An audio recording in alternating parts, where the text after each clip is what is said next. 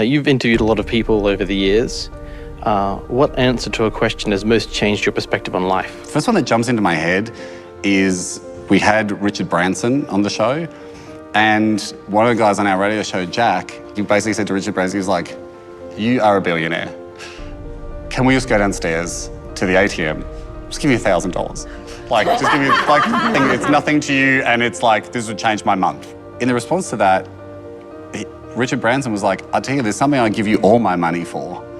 And Jack's like, "Really?" He's like, "Yeah, your age." Ooh.